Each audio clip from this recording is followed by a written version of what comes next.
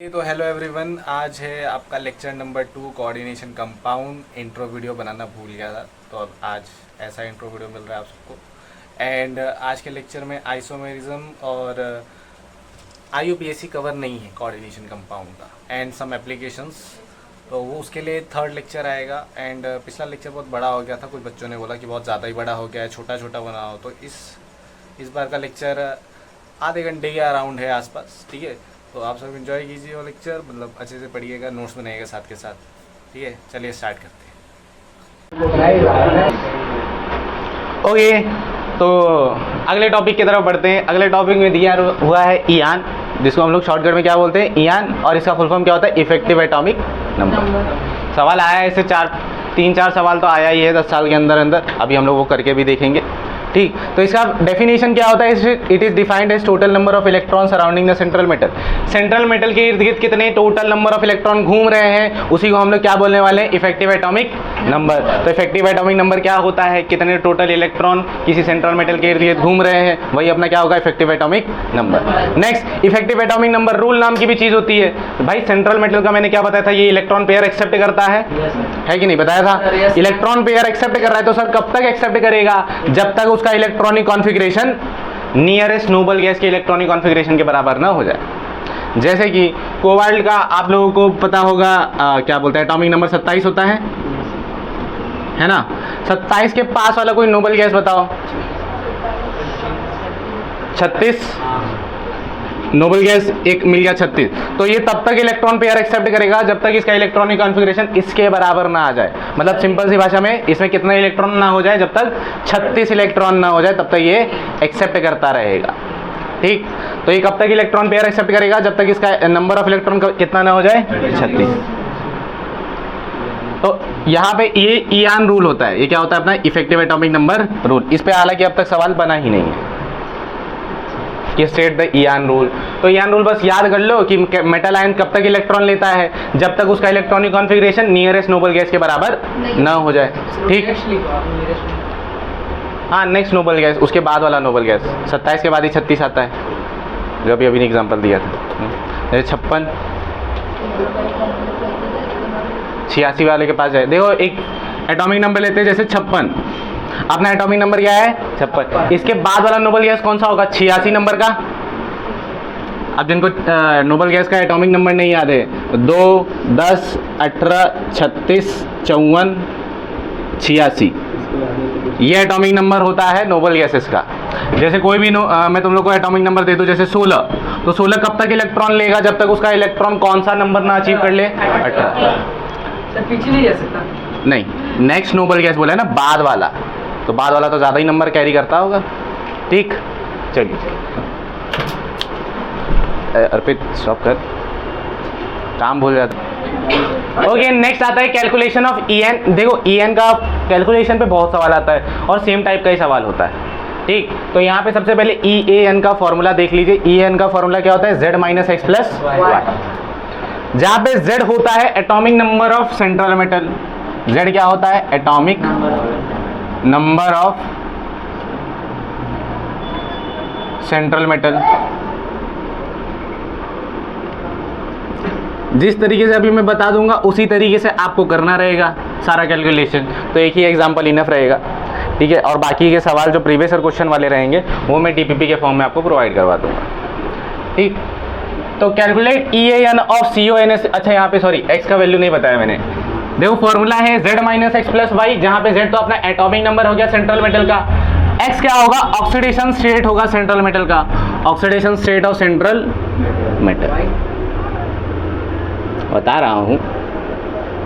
Y जो होता है वो total number of electron, total number of electron donated bye ligand होता है, डोनेटेड बाय लिगेंड।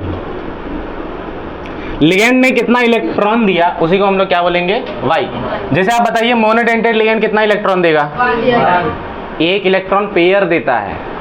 इलेक्ट्रॉन कितना देगा, एक इलेक्ट्रॉन पेयर में 2 इलेक्ट्रॉन होते हैं। मोनोडेंटेड लिगेंड एक समय पे एक इलेक्ट्रॉन पेयर देगा, और एक इलेक्ट्रॉन पेयर में कितने इलेक्ट्रॉन होते हैं, 2।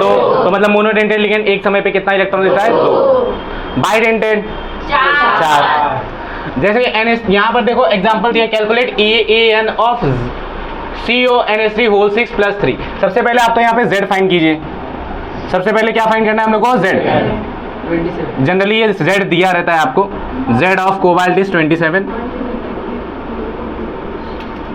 तो Z क्या है हमारा? Atomic number of cobalt, atomic number of cobalt. Next यहां पे X क्या होगा? Oxidation state of cobalt. भाई Z का वैल्यू तो दिया है 27। अब ऑक्सीडेशन स्टेट आप लोग निकालो। आप लोग OS नहीं लिखोगे, आप लोग पूरा लिखोगे ऑक्सीडेशन स्टेट। ठीक, पहले इसको X मानते हैं। NH3 का 0 होता है इक्वल टू +3। X की वैल्यू कितनी आ गई? +3। Next Y, total number of electrons, total number of electrons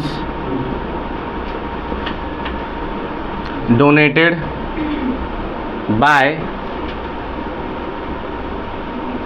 NH3।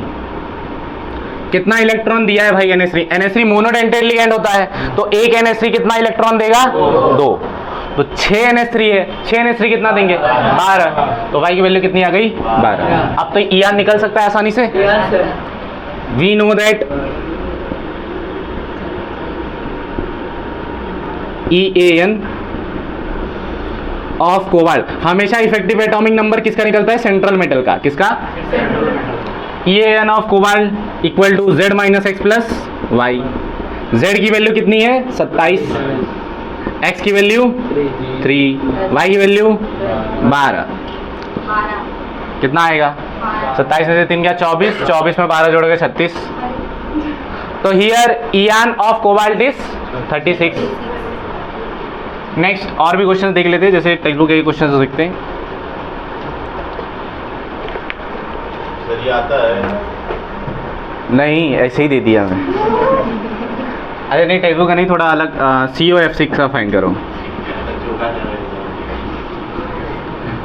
COF6 3- इसका निकाल के देखें। सर Z का वैल्यू 2 पर। Z का वैल्यू दिया है 27। इसमें EAN का देखो, इसमें Z का वैल्यू आपको मालूम है 27। X की वैल्यू निकाल लो, ऑक्सीडेशन स्टेट इसमें भी +3 आएगा। Y की वैल्यू 12 आएगी। भाई फ्लोरीन मोनोडेंटेड लिगेंड होता है, 36 आएगा। एक फ्लोरीन। यस, EAN अपना 36 इसमें भी आएगा। हाँ,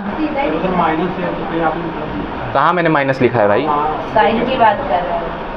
अरे वो निकालिए तब वो। अरे फॉर्मूले में Z - X + Y, यहाँ पे X की वैल्यू प्लस में उसका आएगी। नहीं बोल रहा है X वो oxidation state sir.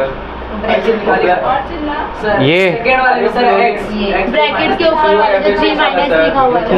Second example bracket के ऊपर -3। अच्छा, ये अच्छा मैंने +3 लिखा है। अच्छा, इस वाले में अरे भाई इसका चार्ज ही -3, तो मैं क्या करूँ? तो ऑक्सीडेशन ये एनायनिक कॉम्प्लेक्स है, वो कैटायनिक कॉम्प्लेक्स है। तो ये पूछ रहा है ऑक्सीडेशन से इसका प्लस कैसे है? कैसे आया? कोबाल्ट का X मानो, फ्लोरीन का -1 होता है। -1 इंटू फ्लोरीन है कितना? 6 इक्वल टू -3। तो X - 6 इक्वल टू -3। ये -6 उधर जाएगा, +6 - 3 +3।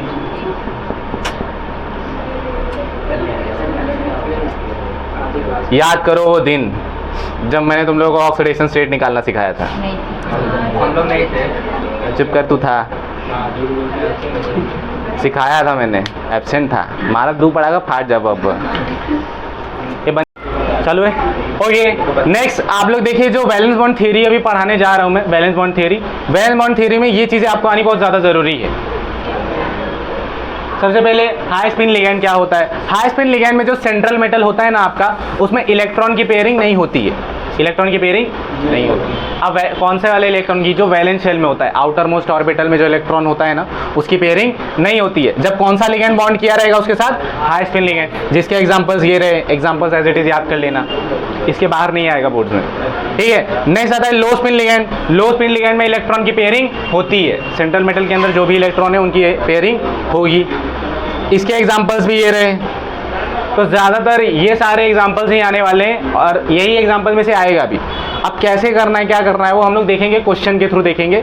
बैलेंस बॉन्ड थ्योरी पे जो सवाल आया है, 2-3 सवाल मैं यहाँ पे करवाऊंगा, उसी से हम लोग समझेंगे कि क्या है, क्या कैसे करना है। ठीक, नाउ सेकेंड चीज़ इधर पे समझिएगा, इलेक्ट्रॉनिक कॉन्फ़िगरेशन। जिसको नहीं याद है वो मेरे साथ याद करेगा। सबसे पहले बोलो एस, फिर बोला एसपी, एसपी, डीएसपी, फिर डीएसपी। इतना ही काम रहेगा आपको। S, SP, SP, DSP, DSP. पहले बोलो 1 2 2, 3 बार, फिर 4 2 बार, सॉरी 4 भी 3 बार। पहले 1 2 बार, सॉरी 1 1 बार, 2 2 बार, 3 3 बार, 4 3 बार, फिर बाकी 5। ठीक है, ये सीक्वेंस अब इधर लिखता हूँ। पहले बोलो S, SP, SP, DSP, DSP. ठीक है, पहले लिखोगे 1 2 2 बार, 3 3 बार, 4 3 बार, 5 2 बार। ठीक है, इतने से आपका काम हो जाएगा। सर इलेक्ट्रॉनिक कॉन्फ़िगरेशन तो इलेक्ट्रॉन भरते हैं, एस में कितना इलेक्ट्रॉन जाएगा मैक्सिमम 2, पी में, डी में 10 और एफ में, एफ तो काम का है ही नहीं अभी इतने में ही काम हो जाएगा। ठीक, नहीं एफ नहीं लेंगे अभी, एफ काम नहीं आएगा आपके। अभी जितना भी सवाल करेंगे उसमें एफ नहीं रहेगा। क्या बाद में आएगा, बाद में थोड़ी है, बाद में मैं जब दूसरा चैप्टर करवाऊंगा तो उसमें आ सकता है शायद। चलिए, ये सबको मालूम चला, ये सीक्वेंस याद करना पड़ेगा इलेक्ट्रॉनिक कॉन्फ़िगरेशन में। चलिए लिखिए, फिर इसके आगे हम लोग बैलेंस बॉन्ड थ्योरी पे डायरेक्ट सवाल देखते हैं। उस पर कभी पॉइंटर्स पे सवाल आज तक नहीं आया है। ठीक है, तो हम लोग पहले क्या करेंगे, हम लोग जितना भी आपको वहाँ पे क्वेश्चन बन सकता है वो क्वेश्चन ट्राई कर लेते हैं। ठीक, चलिए अर्पित, सॉरी मैंने यहाँ पे भी सी एन डाल दिया था, यहाँ पे भी सी एन डाल दिया था, यहाँ पे सिर्फ सी एन रहेगा, प्रिंटिंग मिस्टेक थी। तो देखिए सवाल दिया है, explain the geometry of CONH3 whole 6 on the basis of hybridization. ये वैलेंस बॉन्ड थ्योरी पे सवाल है। कौन से थ्योरी पे सवाल है? Valence bond theory. Now valence bond theory पे जो सवाल बनता है वो जनरली ऐसा ही बनता है, हाइब्रिडाइजेशन बताओ, हाइब्रिडाइजेशन के बेसिस पे उसका ज्योमेट्री एक्सप्लेन करो, या फिर 4 पॉइंट देगा बोलेगा उसे एक्सप्लेन करो। तो आपको जनरली ऐसे सवाल समझ में नहीं आते हैं क्वेश्चन देख के। तो मैं तो बोलता हूँ अगर क्वेश्चन देख के सवाल नहीं समझ में आ रहा है तो यही आंसर होगा। मार्क्स भी देख लेना कितने मार्क्स का है, 2 3 4 मार्क्स का होगा, 1 मार्क्स का तो होगा नहीं, ये तो ऑब्वियस सी बात है ना। तो जनरली ऐसे सवाल समझ में नहीं आते हैं लोगों को, और तब समझ जाने का, अगर सवाल समझ में नहीं आ रहा तो इसी का सवाल होगा। ये रहा कॉम्प्लेक्स का फॉर्मूला, ये भी देख लेना कॉम्प्लेक्स का फॉर्मूला दिया है या नहीं। ठीक, तो सबसे पहले ऐसे क्वेश्चंस के अंदर आंसर कैसे लिखते हैं वो देखने ज़्यादा इंपॉर्टेंट है आपके लिए। सबसे पहले इसमें पहला पॉइंट आता है, जो सेंट्रल मेटल है ना उसका एटॉमिक नंबर लिखो। सेंट्रल मेटल कौन है? कोबाल्ट, तो उसका सबसे पहले क्या लिखोगे? Atomic number. तो पहला पॉइंट आ रहा है atomic number of cobalt. Atomic number of cobalt, atomic number of cobalt कितना है? 27। सेकेंड पॉइंट, जो अपना आप सेंट्रल मेटल है अब उसका ऑक्सीडेशन स्टेट लिखोगे। क्या लिखोगे? तो oxidation state of, oxidation state of CO is, oxidation state इसका निकालते हैं, CO का X मान लेते हैं, NH3 का 0 होता है और ये +3 के बराबर आ गया, तो X इक्वल टू कितना आ गया? +3। इसका ऑक्सीडेशन स्टेट कितना निकल गया? नेक्स्ट आगे देखिए, ये सेकेंड पॉइंट हो गया। पहला पॉइंट तो एटॉमिक नंबर लिखने का, दूसरा पॉइंट ऑक्सीडेशन स्टेट लिखने का। तीसरा पॉइंट इलेक्ट्रॉनिक कॉन्फ़िगरेशन लिखिए। Electronic configuration of, configuration of, जो हमारा कोबाल्ट का ऑक्सीडेशन स्टेट आया है ना उसी के ऊपर चार्ज लगा के लिख दो उसका इलेक्ट्रॉनिक कॉन्फ़िगरेशन। क्या लगाओगे उसके ऊपर? चार्ज। तो CO+3 का इलेक्ट्रॉनिक कॉन्फ़िगरेशन लिखना है। पहले इसके अंदर कितने इलेक्ट्रॉन थे? 27, लेकिन जब +3 चार्ज आया तब इसके अंदर कितने इलेक्ट्रॉन बचे? 24। भाई +3 आया है मतलब 3 इलेक्ट्रॉन गए हैं, 27 में से 3 का कितना बचा? 24। मतलब हम लोग को इलेक्ट्रॉनिक कॉन्फ़िगरेशन में कितने इलेक्ट्रॉन को अरेंज करना है? 24। तो सीक्वेंस जो बताया था वही लिख दो। पहले 1s, पहले S लिखो, फिर sp, फिर sp, फिर उसके बाद dsp, फिर उसके बाद भी dsp था। पहले यहाँ तक भर के देखते हैं। 1 2 बार, 3 3 बार, फिर 4 4। अब भरो इसके अंदर, S में कितना इलेक्ट्रॉन जाएगा 2, फिर इसमें भी 2, P में 6 2 6, कितना इलेक्ट्रॉन भर चुके 2 2 4 6 4 10 10 2 12 12 6 18 इलेक्ट्रॉन भर चुके। बचा कितना 24 भरना था, 18 भर चुके, कितना बचा 6। डी में कितना इलेक्ट्रॉन 6। अच्छा एस और पी तो बच गए सर, डीएसपी तो हम लोग साथ में बोल रहे थे, तो हमारा वैलेंस शेल कौन कौन होगा डीएस और पी। लास्ट में कौन से ऑर्बिटल में इलेक्ट्रॉन गया है, इस वाले में डी वाले में इलेक्ट्रॉन गया है, तो अपना वैलेंस शेल कौन कौन होगा डीएसपी। वो उसको हटा दो जो नहीं हो पाया। अब जो हमारा इलेक्ट्रॉनिक कॉन्फ़िगरेशन आया है उसको बॉक्स डायग्राम में कन्वर्ट करो। Valence shell electronic configuration, valence shell नहीं, इसी में valence shell electronic configuration of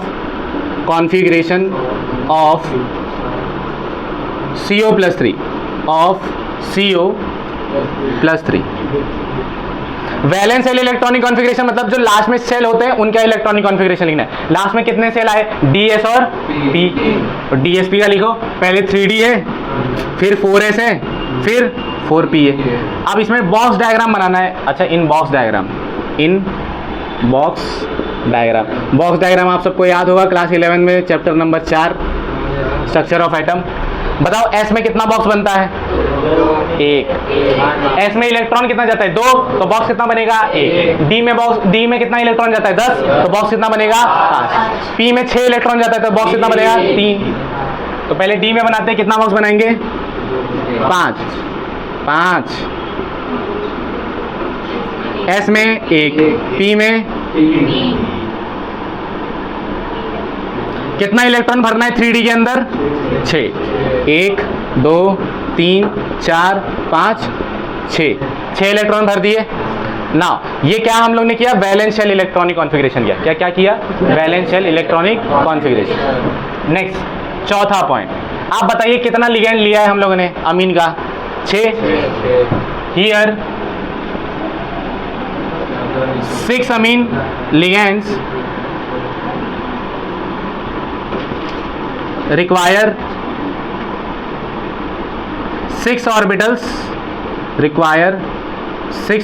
for bonding। भाई 6 अमीन लिगेंड है तो उसको ऑर्बिटल भी कितना चाहिए 6, ताकि वो बॉन्डिंग बना सके। Require 6 orbitals for bonding.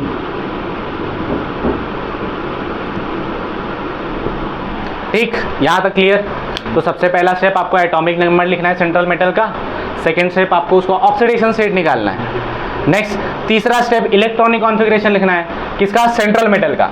उसके ऊपर वही चार्ज लगा दो जो निकला है, ठीक है। CO+3 का आपको इलेक्ट्रॉनिक कॉन्फ़िगरेशन लिखना है।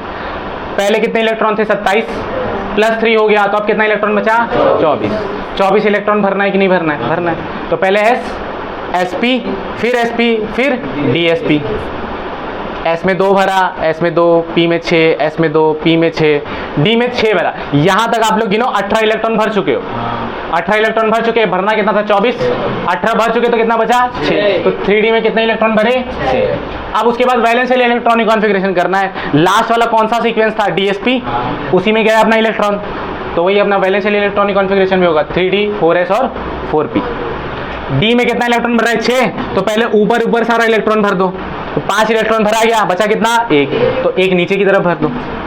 ठीक, नेक्स्ट यहाँ पे 6 अमीन लिगेंड है। कितने अमीन लिगेंड है 6, तो उसको ऑर्बिटल भी कितने चाहिए 6, ताकि वो क्या कर सके बॉन्ड बना सके। नाउ पांचवा स्टेप। पांचवें स्टेप में क्या करोगे आप लोग, लिख दे रहा हूं यहाँ पे हियर सिंस नहीं, हियर नहीं सिंस। अमीन कैसा है, हाई स्पिन है या लो स्पिन है, हाई स्पिन है या लो स्पिन है, लो स्पिन है। कैसा है लो स्पिन, अभी एग्जांपल करवाया था ना, लो स्पिन में लिखवाया था। तो लो स्पिन होने के कारण यहाँ पे इलेक्ट्रॉन की पेयरिंग होती है या नहीं होती है, होती है। लो स्पिन में मैंने लिखा है ना इलेक्ट्रॉन की पेयरिंग होगी, तो यहाँ पे जो इलेक्ट्रॉन अकेले पड़े हैं इनकी क्या होगी पेयरिंग।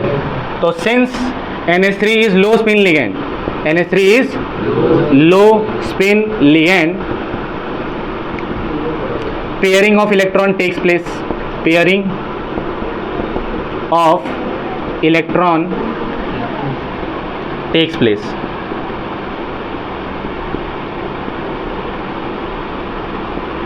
तो पेयरिंग ऑफ इलेक्ट्रॉन टेक्स, यहाँ पे पेयरिंग ऑफ इलेक्ट्रॉन होगी। अब करो पेयरिंग, जो अकेले हैं उनको दुकेला बना दो।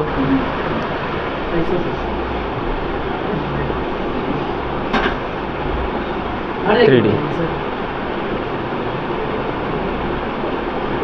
पहला वाला तो पेयर ऑब्वियस सी बात है पहले से ही। अब यहाँ पे एक इलेक्ट्रॉन है, इसको पेयर बनाने के लिए यहाँ से एक इलेक्ट्रॉन यहाँ पे उठा के ला दो। ये वाला इलेक्ट्रॉन भी अकेला है, इस वाले इलेक्ट्रॉन को इसके साथ ला दो, बन गया पेयर। देखो इलेक्ट्रॉन का नंबर नहीं घटा है, पहले भी 6 इलेक्ट्रॉन थे, अभी भी कितने इलेक्ट्रॉन है? 6।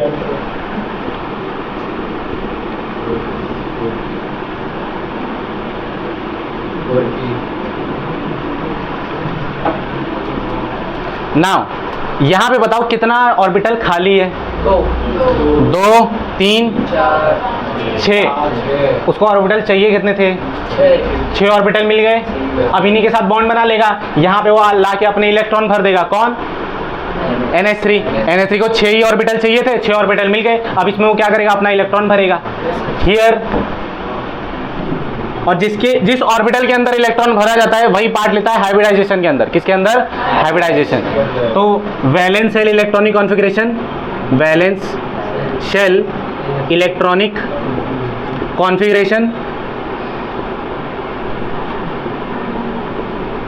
After bonding. रुको अभी,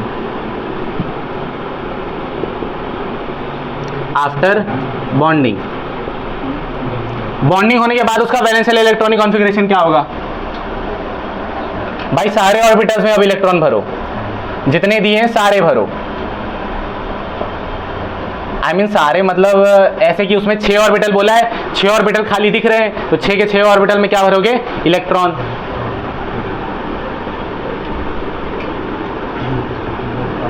अरे यार 4s यहाँ पे क्यों लिख रहा हूँ? ये 3D 4s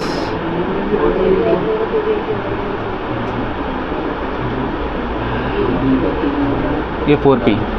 देख लीजिए क्या मैंने यहाँ सारे ऑर्बिटल भर दिए? सारे नहीं, एक्चुअली 6 ऑर्बिटल भरने हैं, तो 6 ऑर्बिटल दिख भी रहे थे, 6 ऑर्बिटल भर दिया। सर अगर एक्स्ट्रा चाहिए रहता तो एक्स्ट्रा आगे से लेते। इसके आगे भी तो एक सीक्वेंस था 4D 5s 5p, तो वहाँ से लेता मैं ऑर्बिटल। ठीक, नेक्स्ट हियर। अच्छा 5वां पॉइंट होगा ये, छठवां पॉइंट हो। अब 7वां पॉइंट हाइब्रिडाइजेशन लिखना है। क्या लिखना है? हाइब्रिडाइजेशन, जो मैंने आप लोगों को हैलोजन डेरिवेटिव और अल्कोहल फिनोल ईथर में पढ़ाया था।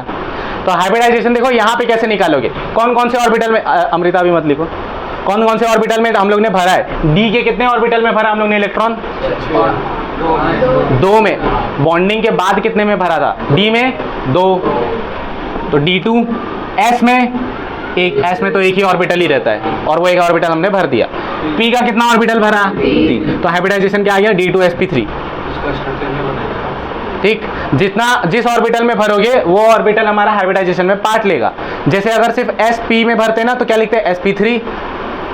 नेक्स्ट 8वां पॉइंट, 8वां ही है ना? हाँ। क्या यहाँ पे हमारा इनर डी ऑर्बिटल काम में आया है? इनर डी ऑर्बिटल मतलब जो हम लोग ने डी ऑर्बिटल पहले से लिख रखा था, क्या वो हाइब्रिडाइजेशन में भाग लिया है? Here inner d orbital, inner d orbital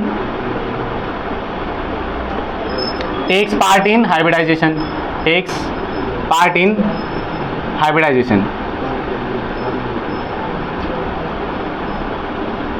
next आगे सुनिए, ये 8वां पॉइंट हो गया। अब 9वां पॉइंट, इसमें कितने लिगेंड आए हैं? लिगेंड कितने इस क्वेश्चन के अंदर? 6 लिगेंड को क्या बोलते हैं? Octahedral complex. क्या बोलते हैं? तो हियर कॉम्प्लेक्स इज कॉम्प्लेक्स। 6 आते हैं तो ऑक्टाहेड्रल लिखते हैं, 4 आता है तो या तो स्क्वायर प्लेनर लिखते हैं या तो टेट्राहेड्रल। अब वो कब लिखते हैं वो भी बताता हूँ थोड़ी देर में। तो हियर कॉम्प्लेक्स इज ऑक्टाहेड्रल। अब इसका स्ट्रक्चर भी बना दो, CO NH3 NH3 NH3 NH3 बनाना पड़ेगा सीस और नहीं, इसमें थोड़ी सिस्टम्स बनाना है। हाँ बस स्ट्रक्चर बना दो, +3 चार्ज है इसके ऊपर। नाउ सेकेंड लास्ट चीज़ आप बता दीजिए, ये पैरामैग्नेटिक है, डायमैग्नेटिक है या फेरोमैग्नेटिक है? सॉलिड स्टेट में सुना होगा नाम आपने ना।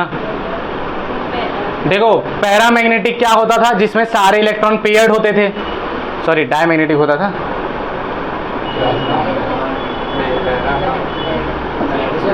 डायमैग्नेटिक में सारे इलेक्ट्रॉन पेयर्ड होते थे। डायमैग्नेटिक में सारे इलेक्ट्रॉन क्या होते थे? पेयर्ड। और पैरामैग्नेटिक में अनपेयर्ड रहते थे। फेरोमैग्नेटिक में ज़्यादा अनपेयर्ड रहते थे। तो बताइए डायमैग्नेटिक है क्या कि इसमें कोई भी इलेक्ट्रॉन ऐसा वैसा है जो अनपेयर्ड हो? नहीं, सारे पेयर्ड है, तो इन्हें बोलते हैं डायमैग्नेटिक। क्या बोलते हैं? Since all electrons are paired, since all electrons are paired, since all electrons are paired, it is diamagnetic in nature. It is diamagnetic in nature.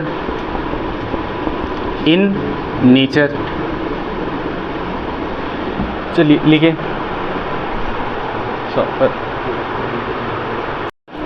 हो गया स्टार्ट। ओके, अगला सवाल देखिए। अगला सवाल आ रहा है, explain the formation of COF6 3- complex with respect to. ये क्वेश्चन है आपका, रेखा, ठीक है, ये क्वेश्चन है आपका। आपको ज्यादा कुछ नहीं, फिर से वही स्टेप। पहले सेंट्रल मेटल का एटॉमिक नंबर लिखो। तो देखो इसमें सेंट्रल मेटल कौन है? अच्छा, कोबाल्ट ही है, काम और आसान हो गया। एटॉमिक नंबर ऑफ कोबाल्ट लिखो, कितना आया? 27। सेकेंड स्टेप, ऑक्सीडेशन स्टेट लिखो कोबाल्ट का। यहाँ पे कैलकुलेट करो, कोबाल्ट का x मान लेते हैं, फ्लोरीन का -1 होता है, इक्वल टू -3, x की वैल्यू +3 आएगी। ऑक्सीडेशन स्टेट यहाँ पे कितना आएगा? +3। देखो सेकंड स्टेप फिर से सेम, थर्ड स्टेप भी सेम रहेगा। इलेक्ट्रॉनिक कॉन्फ़िगरेशन निकालना है CO+3 का, ये भी सेम है। वैलेंस शेल इलेक्ट्रॉनिक कॉन्फ़िगरेशन भी सेम रहेगा कि नहीं रहेगा? सेम रहेगा, सब सेम रहेगा हियर। लेकिन यहाँ पे कौन सा लिगेंड इस्तेमाल हो रहा है? फ्लोरीन। तो 6 fluorine ligands require 6 orbital for bonding. यहाँ पे 6 फ्लोरीन लिगेंड है और उनको कितना ऑर्बिटल चाहिए बॉन्डिंग के लिए? 6। और यहाँ पे फ्लोरीन बताओ हाई स्पिन है या लो spin? High spin. High spin ligand, high spin ligand होने के कारण बताइए यहाँ पे पेयरिंग होगी कि नहीं इलेक्ट्रॉन की? नहीं होगी। Pairing of electron do not takes place, do not takes place. यहाँ पे इलेक्ट्रॉन की पेयरिंग नहीं होगी। तो यहाँ पर ये जो इलेक्ट्रॉन की पेयरिंग किए थे वो हटा दो। इलेक्ट्रॉन की पेयरिंग नहीं होगी तो एज इट इज पड़ा रहेगा, है कि नहीं? जैसा पहले था वैसे अभी भी रहेगा। नाउ कितने ऑर्बिटल चाहिए बॉन्डिंग के लिए? कितने ऑर्बिटल चाहिए बॉन्डिंग के लिए? 6 बोला है ना, 6 ऑर्बिटल चाहिए बॉन्डिंग के लिए। तो यहाँ पे बचे कितने हमारे पास? 1 2 3 4, ये तो 4 ही ऑर्बिटल बचा है, 2 अलग से लाना पड़ेगा। तो इसके बाद वाला कौन सा ऑर्बिटल था? DSP के पास वापस से D था अपना 4D, तो 4D बना दो। अब एक्स्ट्रा चाहिए था इसलिए हम लोग ने लिया इसको। नाउ बॉन्डिंग के बाद जो इलेक्ट्रॉनिक कॉन्फ़िगरेशन आएगा, valence shell electronic configuration after bonding, कितने ऑर्बिटल भरोगे? 6 ऑर्बिटल भरोगे। ये 3D तो ऐसे ही था, हाँ। अच्छा ये देखो, आपने अलग से ये 4 ऑर्बिटल भर दिए, बचा कितना ऑर्बिटल भरने के लिए? 2। तो 4D में कितना ऑर्बिटल भरोगे? 5 मत भरने लगना, कुछ पागल लोग होते हैं पूरा 5 भर देते हैं।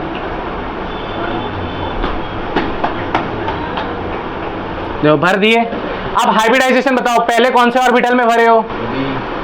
S में भरे हो, पहले 4s में भरे हो ना ऑर्बिटल। ये वाला तो क्या बोलते हैं, इस वाले में गया ही नहीं, पेयरिंग हुई ही नहीं, खाली हुआ ही नहीं। खाली हुआ नहीं तो भरूँ कैसे? घर खाली हुआ नहीं तो दूसरे नए लोगों को कैसे लाऊं? नहीं ला सकते ना, डबल बाना बना दो। या बताओ इसमें हाइब्रिडाइजेशन क्या होगा? sp3d2, पहला s ऑर्बिटल भराया, फिर p ऑर्बिटल भरा है। p का कितना ऑर्बिटल भरा? 3। d का कितना ऑर्बिटल भरा है? तो इसका हाइब्रिडाइजेशन क्या आ गया? sp3d2। उसी के जैसा है पर उसमें d आगे लिखा था, इसमें सॉरी उसमें डी पीछे लिखा था, इसमें डी आगे लिखा है। तो यहाँ पे बताओ इनर डी ऑर्बिटल आया है या आउटर डी ऑर्बिटल? आउटर। जो डी ऑर्बिटल पहले से था वो इस्तेमाल नहीं हुआ है, हम लोग ने अलग से डी ऑर्बिटल लिया है, तो ये आउटर डी ऑर्बिटल इस्तेमाल हुआ है। तो here outer d orbital takes part in hybridization. Next here geometry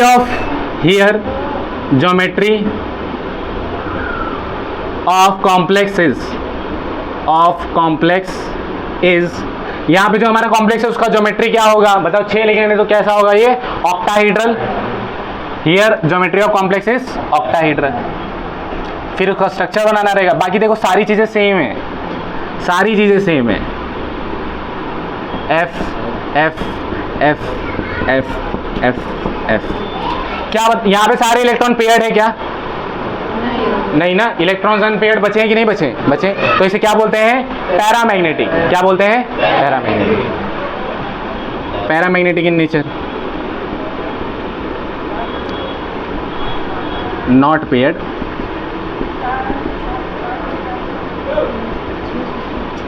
paramagnetic in nature.